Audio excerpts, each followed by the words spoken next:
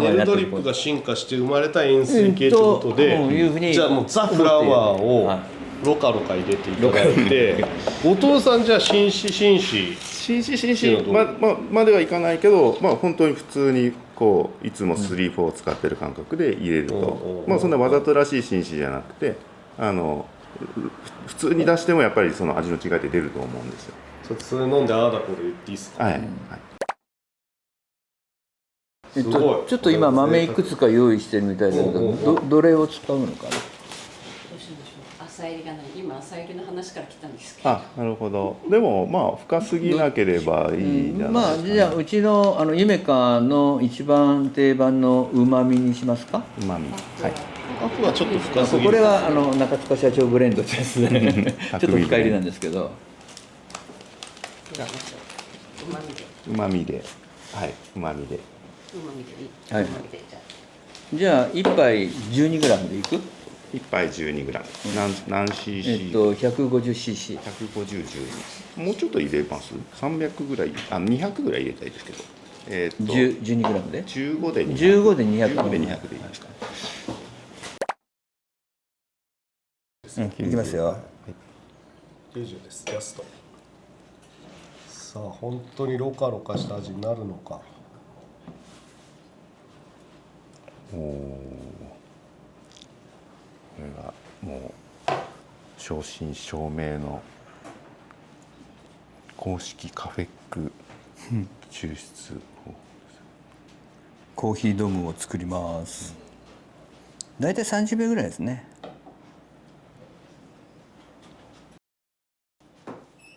最初の1回目に注ぐお湯の量は結構多めだなという、全体にゆっくりこう、お湯を垂らすみたいな感じ、あとは最初も真ん中なんていうの、最初からこう回していいんですけど、コーヒーラバーに話す時は回すの難しいんで、最初こう真ん中っていう言い方するんですよ。この方が簡単なんで。でこれできたら、でしぼんだらまた入れるみたいな。だからいろんなやり方試したんだけど、このやり方が一番簡単なような気がするんですよ。だから3分の1でもうコーヒーの味決まってるんで、3分の1までゆっくり真ん中に入れてくださいっていう僕は言い方するんですね。でそうすると真ん中にお湯を注ぐと全体にこうお湯ってこう回ってるじゃないですか。で大体3分の1ぐらいまでゆっくりこの真ん中だけを攻めてあげる。でそうすると簡単なんですよ。でもちろん最初から回してもいいんですよ。でもなかなかコーヒーラバーのことそれ難しいっていうんで、3分の1になったらこの細かい泡の周りをゆっくり回してあげる。やっぱネル的ですね。ネル的な感じを感じます。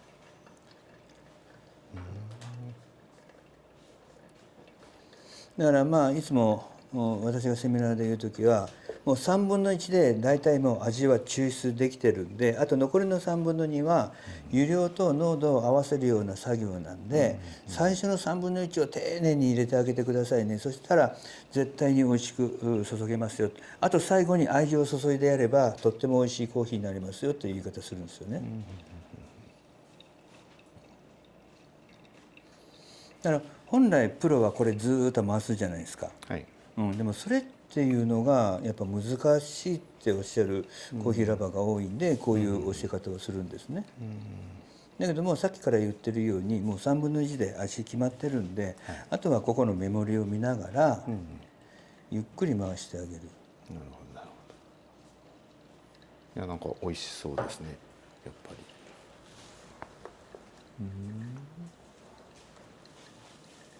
だから当初から粉面がほとんどこう上がらずに、注いだ分がそのままストレートに落ちていっているというスピード感。ネル的ですねやっぱり。そうですね。起きててもネル的みたいな。起きててもネル的。やっぱり入れながらでも中塚節は安定して出てくるんですね。もうこれラストで、もうラストはもうぐわーっと入れてやって、であとはここ見ながら目的のラインまで来たらカットしてやる。ここから先はもう雑味に変わりますよっていう言い方する。なるほど。であとはまあゆっくりこうやって回してる。ゆっくり。ゆっくり回してる。それは何か。だから回せばいいんですけど、だからもう一個サーバーがあればもう一個サーバーにジャーッと入れればいいんですけど。ゆっくりでやる理由がちょっと。いや別にゆっくりでやるジャーッとやったらこうこぼれちゃうんで、でこれをまたジャーッとこう入れたりしたらもっといいですよね。しっかり混ぜるのが大事ですね。しっかり混ぜるっていう意味で、後藤さんがいつもやってるような挟んで、こんな感じです。はい、これで出来上がりです。なるほど。はい、注ぐのでね、ああいうやり方するとズドーンってあり地獄みたいにならないんですよ。ここ見てもらうと。本当ですね。ということは堆積層をここに残すんですよ。で堆積層を残すことによって雑味を落としにくいっていうことをいつも言うんですけどね。なるほど。はい、でそれを紳士みたいにジャーってやるとこうあり地獄みたいになるじゃないですか。そうするとやっぱ雑味ちょっと落としちゃう。そう。いや多分そんなに私深めに折らないのでメーカー推奨ではないかもしれないです。結構ここに沿って折ります。で長い方から折りますね。でひっくり返して折ります。そこを逆向きに。はい。でここをちょっとこう角をね、はい角を潰してこうとやると安定してフィットする。そうですね。ここにこう基本的にここにピタッとついてないとなんとなく気持ち悪いと言いますか。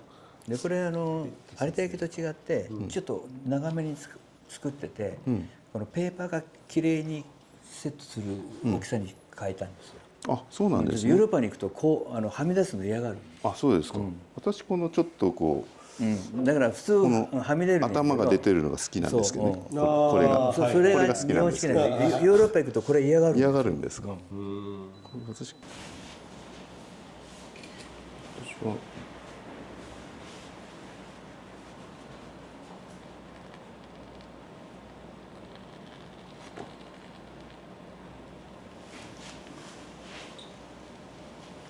あんまりこう入れすぎないので、下にちょっとポタポタと落ちるぐらいしか入れたくないんですよ私。でその時にあんまり抜けがいいドリッパーだと結構な量入れないといけないので、これはちょっとある程度こう溜まってくれるので、ここの1投目がすごくやりやすいんですね。なるほど。でここでもう多分私の場合はここでも結構味がもう決まったというか、もう失敗した時はもうこの時点でって思うんですよ。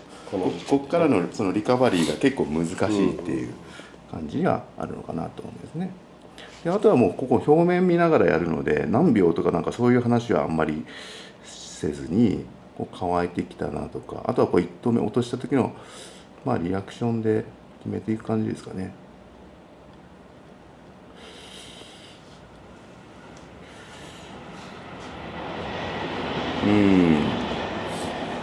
この辺がちょっと抜けが違うんですよ。多分3、4だったら今のこう、カニ泡みたいなの出ないんですよ。へえ。サイドから抜けてくれるガスだってことね。そうなんですよ。そこがちょっとこうカニ違和感的な感じはありますね少し。で最初はちょっとこう、高さを変えずにこのハンバーグの大きさもあまり変えずに、社長がやってたのと同じような入れ方ですね。で同じようにやっぱその3分の1ぐらいはなんとなく美味しいとこ出したいんで、こうちょっとずつ注いで開けてこれでもしっかりこう抜けてくれるので、いいと思いますね。これぐらい出てきたらちょっと粉の高さを、雑味が出る前にこう上げていく感じですかね。雑味が出る前にですね。時間の話ですか。そうですね。粉をどうしても上に上げていくときに結構粉が動きますよね。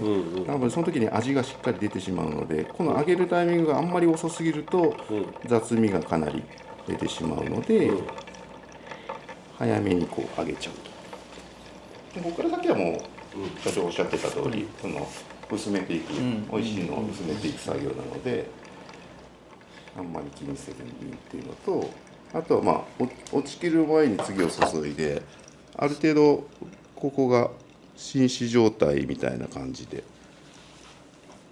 注いでいく感じですね、お湯はもう常にここの中に溜まってるっていう状態。ただ上にこうもう追いやった粉ありますね、この辺のやつ。この辺のやつっていうのは基本的にそのお湯の上側の流れに乗っていくような細かい、粉だったりするので、まあ、微粉みたいなのもそこには混ざってると思うんですね。でそこで上の方に微粉を追いやって下の方に、重い粉が入るっていうのが多分いい状態だと思うんですよ。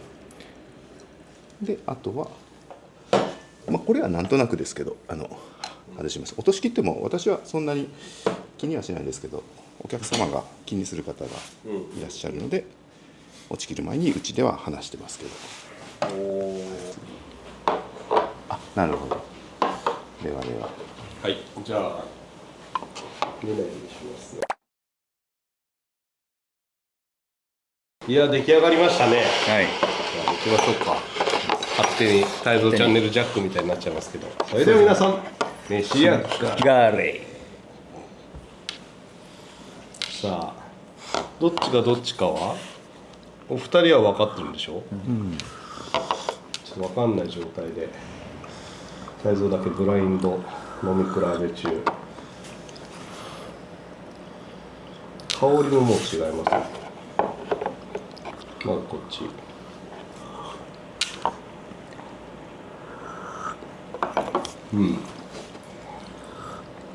ちょっと酸味のニュアンスが鮮やかで、甘みが酸にこう結構一体化しているような印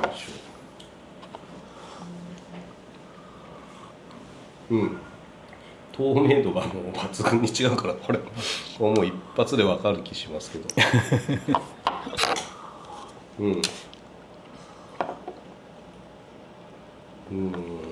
酸味と甘みの一体感なんですね、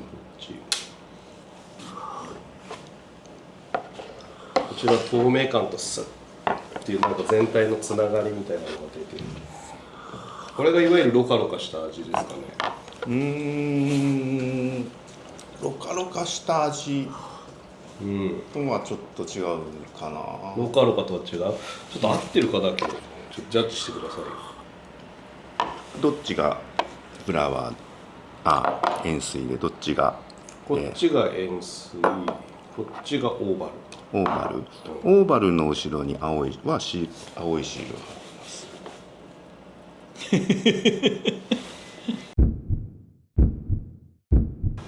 あった。でも全然違うからこれ別に悩むこともなくすぐ分かりましたけど。そのロカロカした感じってどこから出てるんですかね。浮遊感みたいなところかな、イメージは。それがロカロカしたすっきりした感じっていうんですかね。今までロカロカしたっていう表現初めて聞いたけど、いや今日から流行らせようっていう動画ですからね。なるほど。いや、まあ浮遊感とかこのすっきり感とかはもちろんあるんですけど、それ最初にお話ししてたような一本芯があってその周りに柔らかいものがこうまとわりついてるような、そういう印象が実際ありますね。飴舐めてる感じですかね。なんか飴の周りが溶け出してコーヒー味になってってるけど、なんかその飴っていう本体みたいなのはちゃんとある、感じられる。ちゃんとした物質がちゃんとあって、それは分かりやすいですね。でちょっとこれが紳士的になってくると、この飴がもうすでに結構溶けてるんですよね。溶けてるものが入ってきて、そうかも。溶けて液体になってる飴を飲んでるような感じですね。そうなんです。全く同じレシピでしょ、温度もレシオも、時間もほとんど変わんなかったですもんね。そうですね。入れ方もまあその美味しいとこ出して薄めていくっていう意味では、一緒だったね、最初はね。同じですね。だからまあ私が入れたのも結構ロカロカした入れ方なんですけど、でもやっぱより強く出るのが塩水で、それよりももうちょっとそのなんていうのかな、口どけ感みたいなのがやっぱちょっとその紳士的なんですよね。全然違いますね。そっちのこうボディを感じてしっかりしたコーヒーが飲みたいのであればやっぱりこうろ過式ろ過式塩水塩水透過法がすごくいいと思うし、ちょっとそのもう飲み心地よりもこう飲み進めやすさみたいな感じで、スイスイ入ってきてっていうのはこっちの紳士式の方が、あとは豆のキャラクターとかも紳士式の方がはっきりキャラは出てる気がします、全然違いますね、同じような見た目なのに、レシピも一緒で、これでまたさらにこうそれぞれに入れ方アジャがストしたレシピを作ればまたより違ってくると思います。もう今あえて全く同じレシピで入れましたけど、それでも全然違うってことですからね、ただじゃあどっちがいいかつ美味しいですかって言われたら本当に分かんないですね。どっちも美味しいよ。どっちも美味しいし、ねなんかこうシチュエーションによって飲み分けたいとかあるかもしれないですね。まあね、コーヒー豆一緒だから、まあそんなに大きな差はもちろんないけど、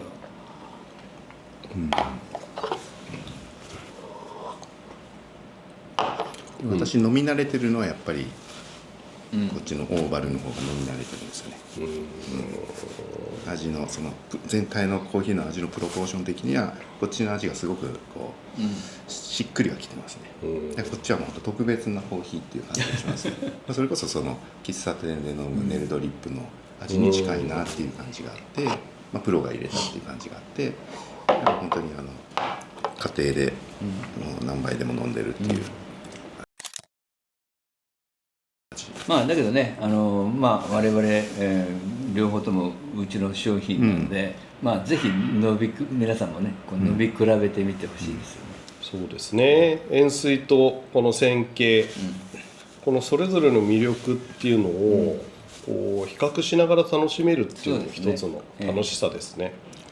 一家に2台ってことですね。2台あったら楽しいで楽しいすね。と思います。今日まあはこの豆こっちに入れてみようとかね。 2台3台の時代ですから。いやそれは別途だからじゃないの。